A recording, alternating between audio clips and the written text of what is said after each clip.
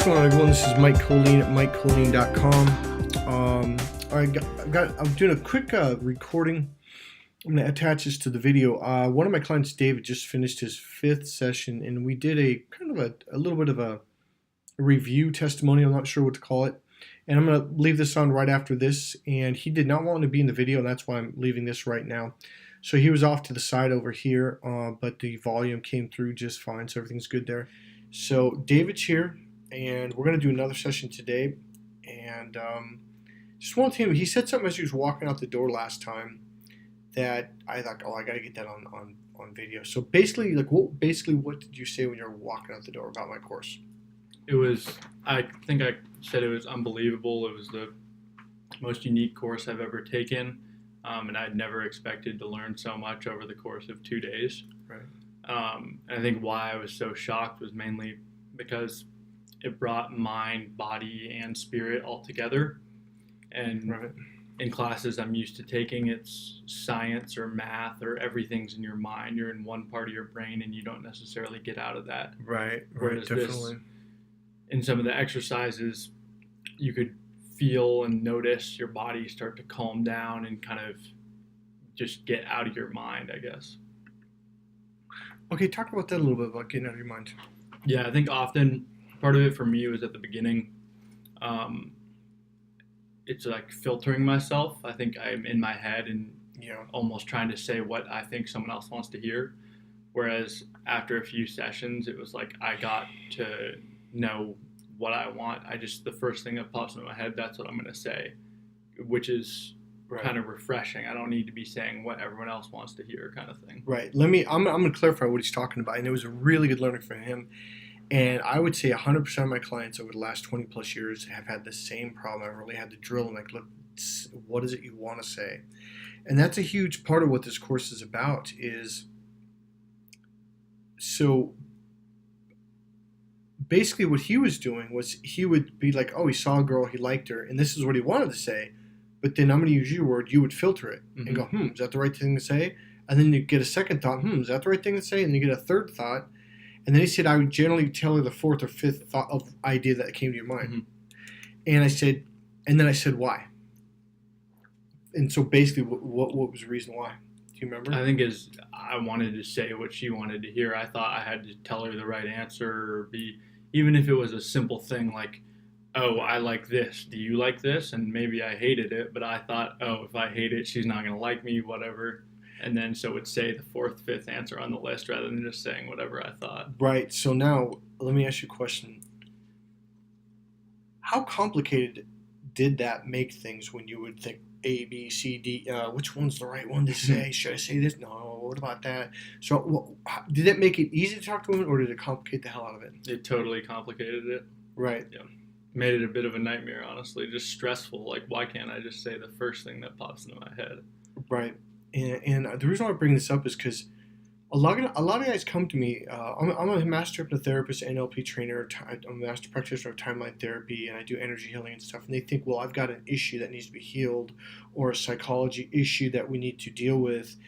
And I told you, the first session, I think 90% of the issues that you have with women are simply because you're not really connecting with who you are inside what I call yourself, and just saying, boom, this is what I think. This is what I feel, this is what I hear, this is what I want to say, and I'm saying it. Without even thinking that, you just, boom. I like chocolate. I don't like chocolate. Does that make sense? Yeah. Now, another thing I tell my clients is how this simplifies their entire life. And it not only simplifies, but how it will affect your life, whether it's sales, business, learning in college. You learned something last week that'll change high school too. Just learning in general, how to open up and receive more information. All right. So, I'm trying to simplify this. So let me put this in a simple way. Okay. One of the things when guys come to me, and it's every time, I don't care if the first time they call me on the phone, bump into me in the streets, like, well, what's the right thing to say?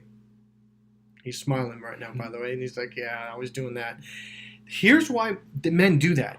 Is because their left brain is the black and white brain. It's the either or brain. It processes in, it's either this or it's that. Which one is the right thing to say? And I even wrote up my notes today.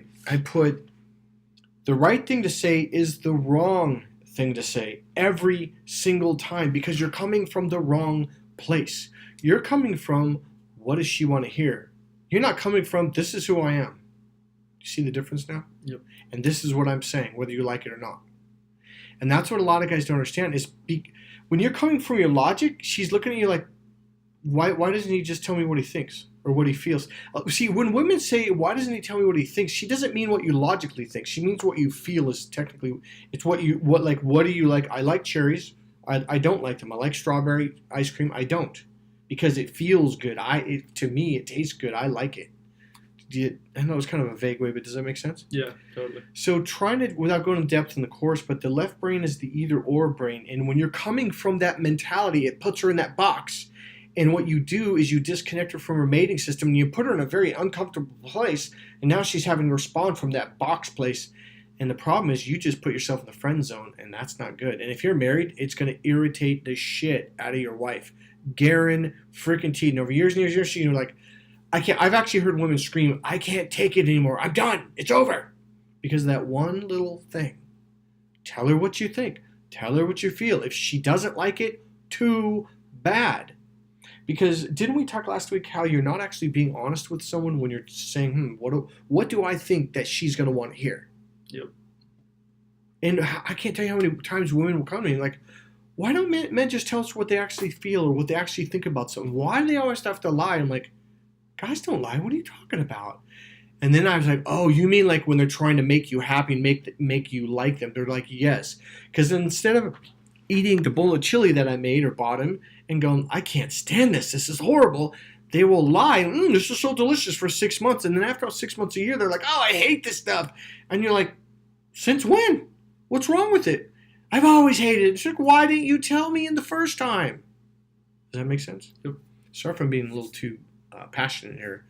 But what I'm trying to explain to you guys is when you come from your logical brain, that just ruins relationships because the relationship part of your brain is the right brain. And that's the main thing that you started talking about earlier. Mm-hmm. Were we recording when you were talking about the mind, body, spirit thing? You weren't, were you? No. I don't think so. No, because actually you wrote the notes. That's why. Mm-hmm. So that's a big part of what this course is about, is coming from your body, coming from yourself. You do that now, women are like, oh, now I can get to know you. Was that a big lesson last time? Totally. Yeah, I think learning about the internal awareness, and even just walking around, I can feel it, that whether I'm on a bus or on the way somewhere, I can feel that I'm not so stressed. So whether it's tapping or like I'm able to slow down my breathing, you can see how people react when you're calm and you know who you are and you're present. Right. And noticing that just in the past week was it's just unbelievably powerful.